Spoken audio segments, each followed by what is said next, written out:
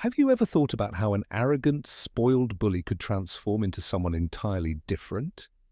What if the character you once despised was actually one of the most complex and tragic figures in the entire story? In today's video, you will find out how Draco Malfoy, the infamous Slytherin, changed in ways no one expected. At first glance, Draco Malfoy is nothing more than a snobbish, cruel, and entitled boy. Throughout most of the series, he seems like nothing but a nuisance, petty, jealous, and weak. Tom Felton brought him to life so well that it was easy to hate him.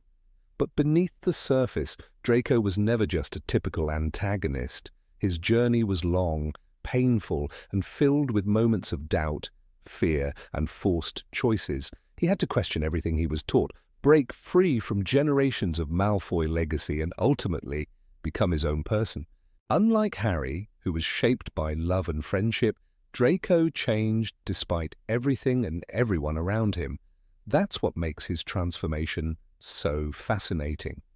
Today, we'll trace Draco's path from a privileged heir to a reluctant Death Eater, and finally to a man who left his past behind. Draco was born into one of the wealthiest and most powerful pureblood families, the Malfoys. His mother, Narcissa, came from the esteemed Black family, further cementing his noble status. From the moment he could understand words, he was told he was special. He was the only child, the heir to the family's name and fortune. It was both a privilege and an immense pressure. He had to live up to the expectations of his ambitious and proud father, Lucius Malfoy. Lucius was everything to Draco, a role model, a figure of strength, and the person who shaped his beliefs. Prejudice, arrogance, disdain for Muggle-borns, all of it was absorbed from his father. Even before Hogwarts, Draco was well versed in the politics of the wizarding world.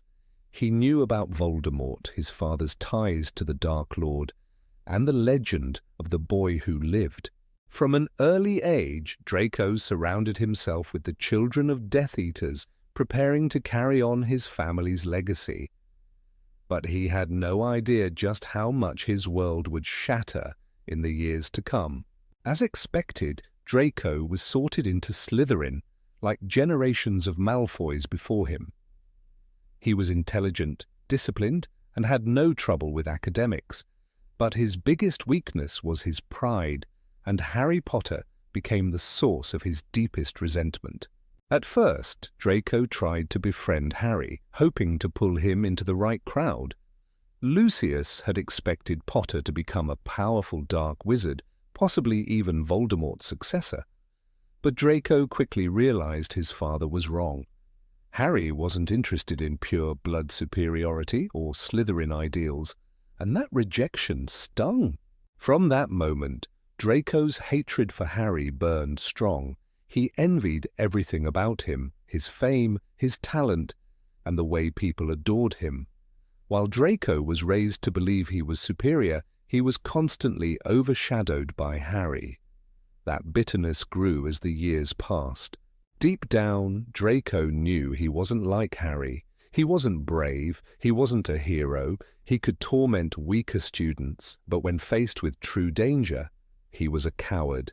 He hated that about himself, and nothing exposed his fears more than his duels with Harry. Each time, he lost. Meanwhile, Lucius Malfoy was working behind the scenes to gain more power. He orchestrated events to remove Dumbledore, reopened the Chamber of Secrets, and later rejoined Voldemort when the Dark Lord returned. Draco idolized his father and felt pride in his family's influence until everything went horribly wrong. Lucius Malfoy's downfall was swift and brutal. His attempt to capture Harry ended in disaster, and he was sent to Azkaban. Draco, once the proud heir of an untouchable family, was suddenly the son of a disgraced criminal. The Malfoy name was tarnished. Voldemort saw an opportunity to punish Lucius and tighten his grip on the Malfoys. He gave Draco an impossible task: kill Albus Dumbledore. It was a death sentence, a mission designed for him to fail. But Draco had no choice. Desperate to prove himself, he tried everything: poisoning, cursed objects, and finally, a direct ambush. But when the moment came, standing face to face with Dumbledore, wand shaking in his hands, Draco realized something terrifying. He wasn't a killer. He couldn't do it. Instead, it was Snape who cast the fatal spell.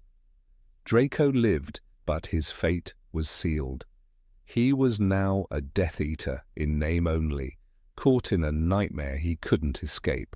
Voldemort had no real use for the Malfoys.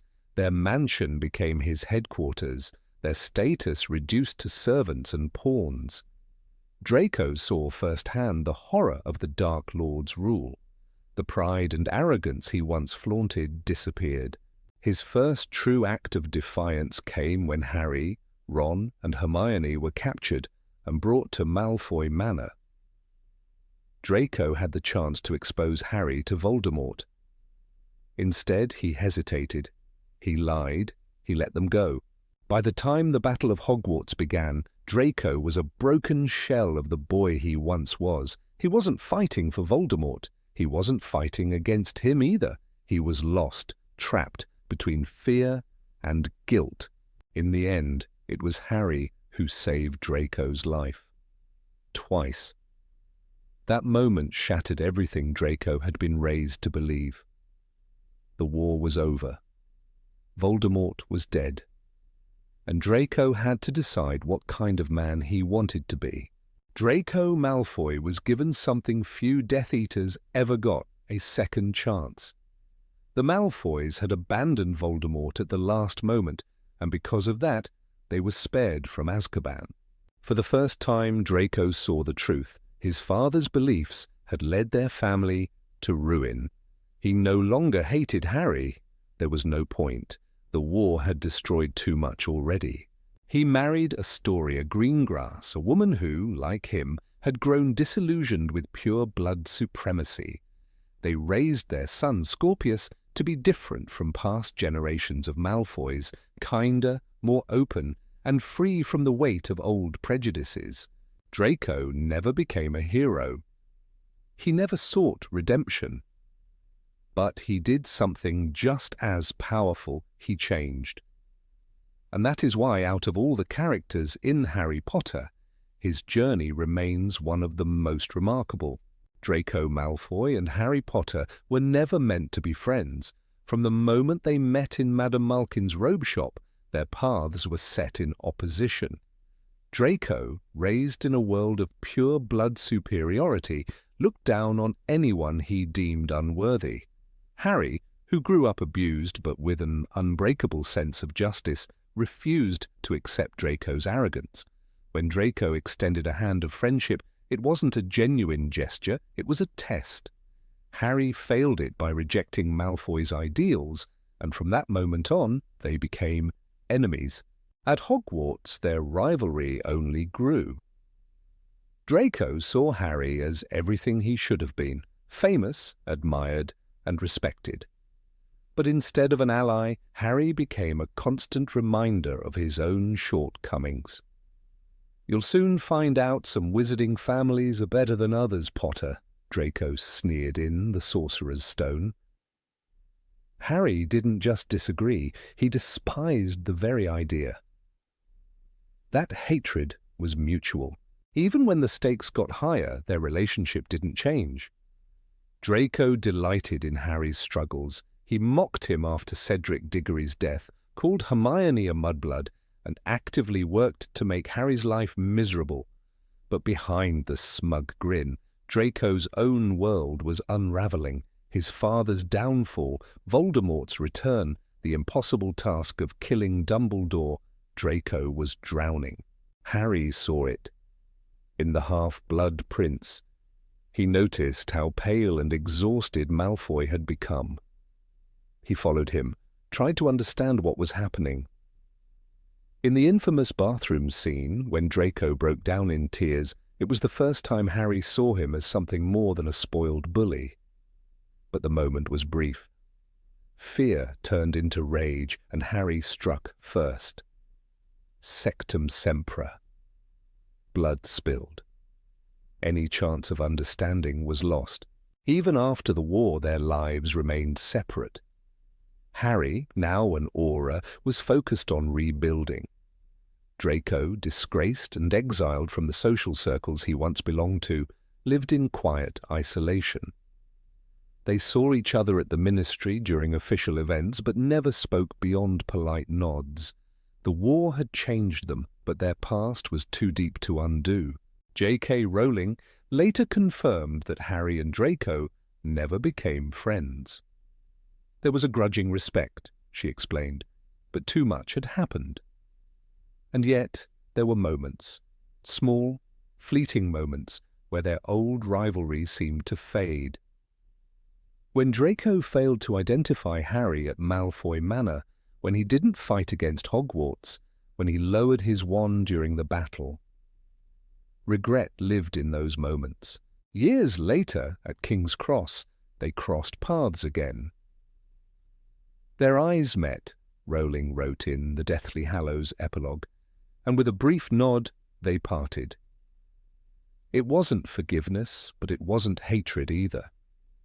They had both moved on, but not together. Could they have been friends in another life? Maybe. If Draco had been raised differently, if Harry had seen him as more than an enemy, if the war hadn't taken everything from both of them. But the world they lived in didn't allow for those possibilities. The best they could manage was silent acknowledgement. Two men who had once been enemies, now simply strangers with history.